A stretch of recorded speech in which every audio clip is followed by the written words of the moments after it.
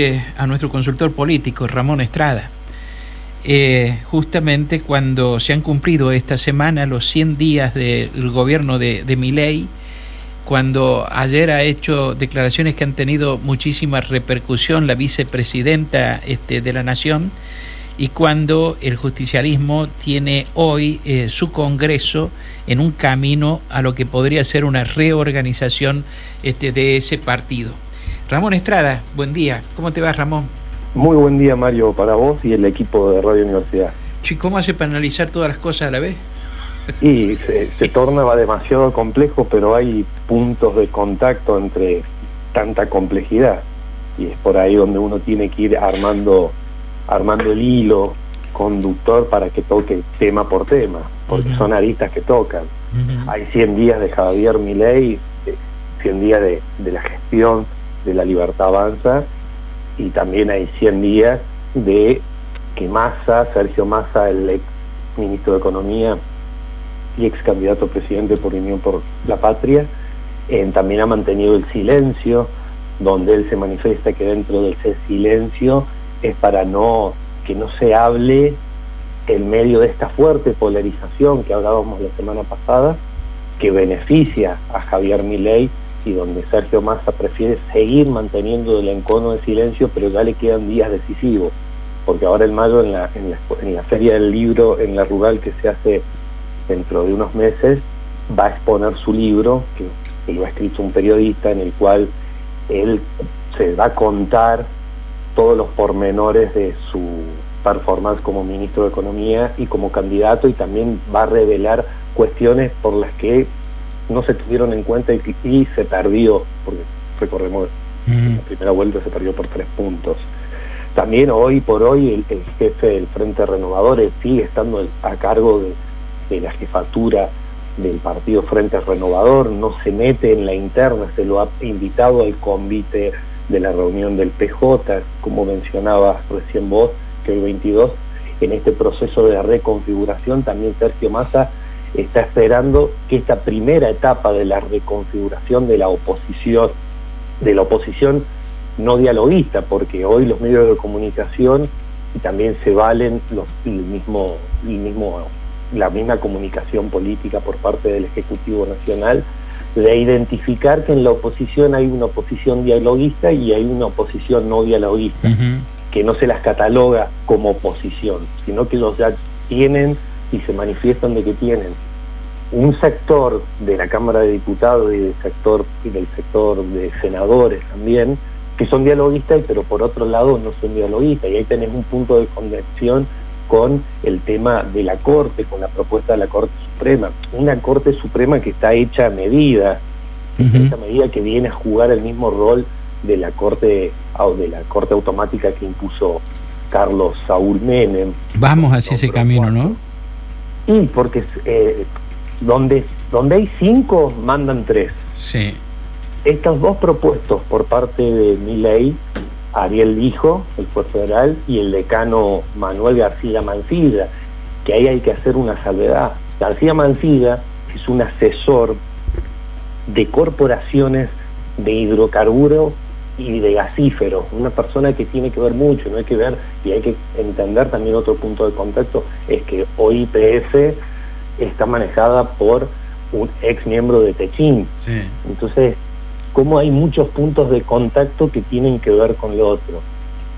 Carlos Menem, cuando hace ingresar a 4 ministros, con un voto más tenía la mayoría automática. De esta misma manera vuelve esta movida, tiene punto de contacto con Lorenzetti, que tiene muy buena relación con Ariel Lijo. Ariel Lijo no es cualquier lumpe que ande por ahí suelto en la justicia federal, al contrario, pertenece a lo que muchos catalogan como parte de la casta judicial. Hay que recordar que fue nombrado por Néstor Kirchner en el 2004, que él ejerce las funciones y lo que sopesa en ese cargo, y es una persona que tiene olfato político porque tiene relación con todo el arco político, no tiene un especial énfasis sobre un partido político o una línea política, sino que tiene contactos con todos.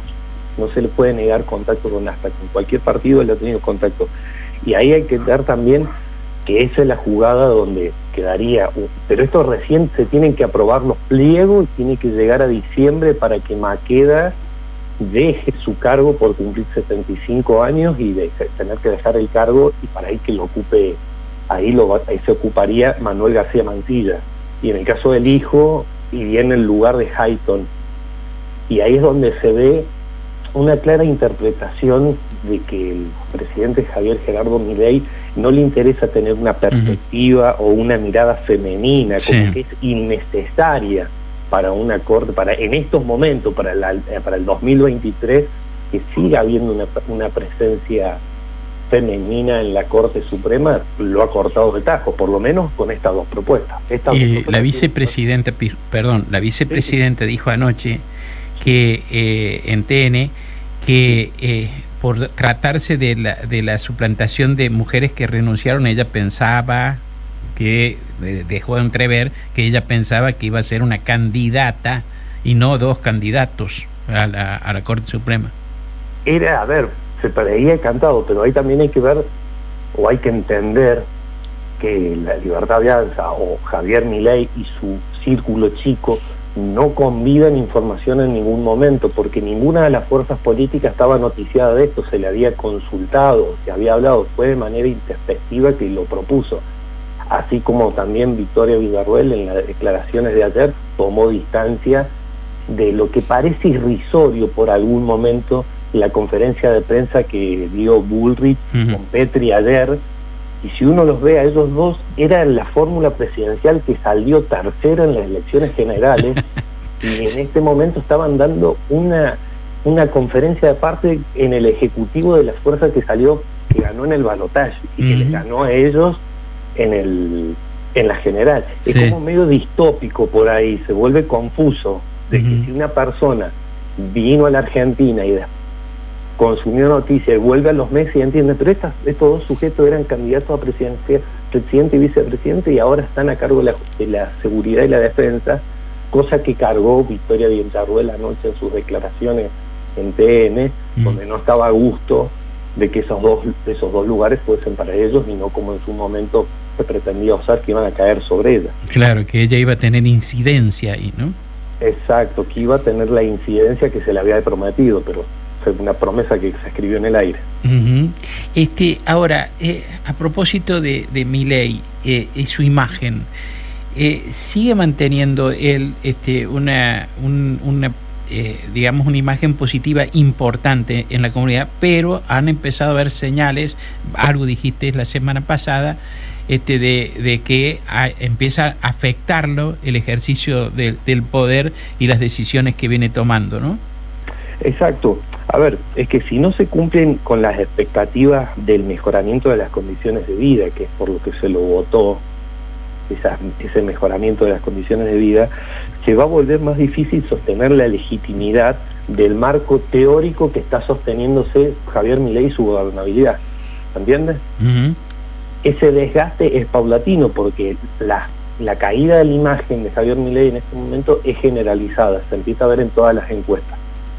En encuestas que se hagan a nivel nacional o en encuestas que, por ejemplo, que se hagan en los principales 24 distritos municipales que tiene el conurbano, que si uno se remonta un año atrás, para esta época aproximadamente, los sondeos de un año atrás mostraban en el tercer cordón del conurbano, se mostraba que Milei ganaba las elecciones, tenía mejor intención de voto por encima de Cristina Fernández, que se la suponía que podía ser candidata en ese momento, en la comparación. Es un termómetro interesante lo que refleja el conurbano también, porque es un termómetro social puro, exclusivamente de esa zona, como de otros bolsones u otros nichos de urbanización muy precarios que puede haber en otros puntos del país. Pero si uno se toma en esa muestra ya generalizada la caída, el presidente ya está presentando una imagen negativa superior a la positiva en las principales ciudades de Argentina. En tanto y en cuando se entienda que la expectativa no está siendo la misma. Se está cayendo de la expectativa de decir, ¿cómo cree que estará la situación económica del país, suya y la del país? En la pregunta esa, el mal está en un 45% respecto al país, el futuro que tienen los argentinos respecto al futuro de acá a un año, cómo va a estar la situación económica del país, un 45% dice que va a estar mal. Pero si en esa misma pregunta se le pregunta por su perspectiva personal dentro de un año, el 36,5% dice que va a estar mal. Hace una diferenciación, las personas están diferenciando la perspectiva personal y la perspectiva del país. Si es por el país va a estar peor, pero si es por la personal no va a estar peor como la del país. Les va a ir mejor, dicen. Les iría mejor. Les iría mejor que el país. Es la expectativa esa, pero hay que entender que tenemos las ventas minoristas caen por un 25%, por ejemplo. Todos los salarios han perdido el 20% en apenas un trimestre. Las jubilaciones han sido, hasta Amnistía Internacional ha hecho un comunicado al FMI para que las jubilaciones no sean la carne de cañón del ajuste que está llevando adelante el presidente Milei. Entonces, de las distintas encuestas que hay, vos ves que está sopesando sobre todo la expectativa. La expectativa cada vez se está derrumbando más. La expectativa de creer que sí va a estar mejor. Ya lleva un trimestre y en un trimestre parece que ha pasado un año. El hecho de que Macri pase a conducir el PRO y la vinculación con el gobierno nacional, ¿lo puede favorecer a Milei o no? Lo puede, a ver, lo favorece en el marco de que personalmente, si le va bien a Milei y esto empieza a repuntar en un escenario de que a él le vaya bien, que los números les empiecen a cerrar, aunque ese número cierre con ajuste y con represión, si le va bien se lo va a terminar devorando a lo que queda del PRO.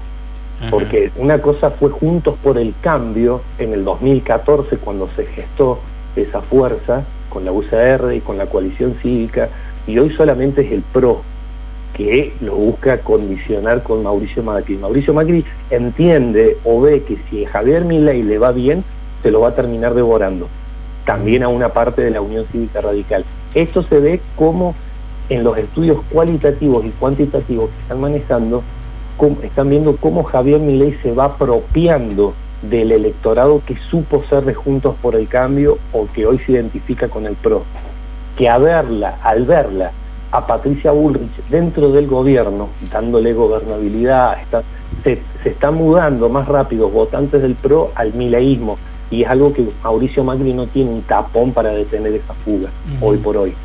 Si le va mal, la otra puede ser que si le va mal, los termina borrando todos.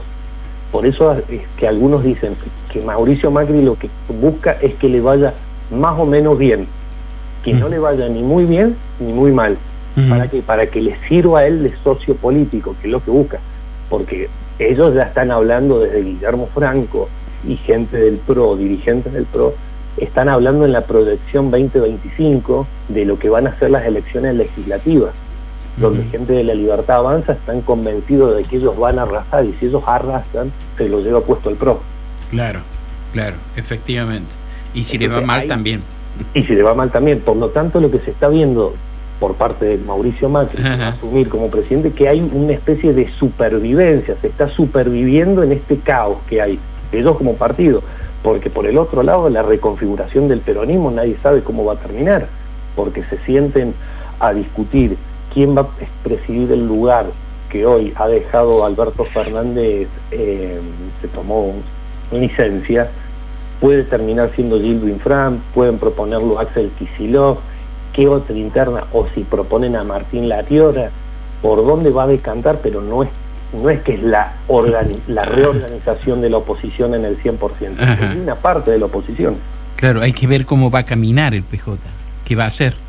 ¿Qué va a hacer y cuáles van a ser los puntos de contacto para seguir manteniendo línea con el Frente Renovador y otras fuerzas? Porque saben que solos no pueden, que necesitan generar una alianza donde sea donde la mayoría crezca en base a distintas ideas y representaciones.